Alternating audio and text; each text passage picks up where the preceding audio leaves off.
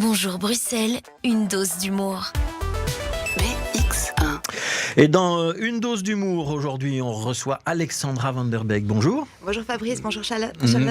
Merci d'être avec nous. Le thème de la chronique, c'est « Je vieillis ». Eh oui, malheureusement. Bonjour à tous, chers fidèles de BX1, amoureux de Bruxelles et fiers de l'être. Et il y a de quoi être fier. Moi, je suis fière de nos gaufres, de nos frites et de notre police qui mange des frites et des gaufres. Non, sérieusement. La police qui, le mois dernier, a quand même coincé des eurodéputés, heureux d'avoir reçu des euro-millions, enfin du cash dit d'une cagnotte d'euro-millions, et dépités, bien évidemment, car la police les a coincés, attrapés, pris la main dans le sac, ou plutôt dans la valise de bifton. Ah, Bruxelles, je t'aime. Bruxelles, je t'aime. Bruxelles, je t'aime. Alors, je vais vous faire tout de suite la description pour ceux qui me suivent en radio. Je viens d'imiter Angèle, ou plus exactement, je viens de massacrer Angèle, enfin sa chanson, mais surtout, je viens d'essayer de faire un cœur comme elle, tu sais, à la façon des jeunes, comme ça, avec l'index et le majeur. Mais j'y arrive pas du tout. Ah, je suis plus dans le coup, les gars. C'est fou, on est en 2023. 2023, mais c'est fou, je parle comme les vieux, en fait. Et pourtant, moi, d'habitude, on me dit que je fais pas mon âge. Enfin, on me dit ça sur TikTok, hein, grâce au filtre.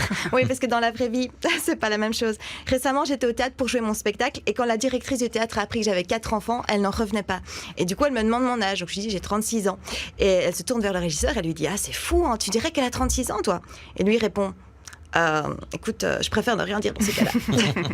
Alors franchement, je sais pas si vous maîtrisez le langage passif-agressif, mais c'est pas bon. Là, ça veut plutôt dire que je lui donne clairement 45, voire 50, tu vois. Et c'est vrai que j'ai pris un coup de vieux. Je le ressens par exemple sur Facebook. Déjà, je suis sur Facebook, hein, premier indice. Ouais, moi aussi, hein, c'est un deuxième indice. Deuxième indice. Et puis sur Facebook, j'ai l'impression que tout le monde a rajeuni. Et en fait, non, c'est juste moi qui ai vieilli. C'est comme quand tu grossis, que toi, t'as pas l'impression d'avoir changé, mais bizarrement, autour de toi, tu trouves que tout le monde a maigri. Et puis, t'as le moment de révélation, là, quand tu te vois en photo avec ta fille, lors de la dernière sortie de classe. C'est moi ou ils sont mal nourris, là, ces éléphants? Parce que sur cette photo à plan que dalle, on dirait que c'est moi le pachyderme. Oh. Non.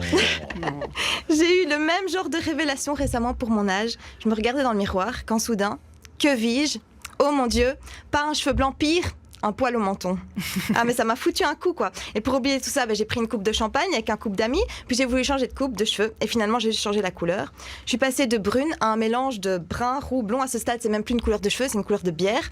D'ailleurs, ça m'évoque une bière que j'aimais bien quand j'étais jeune, la Pécheresse.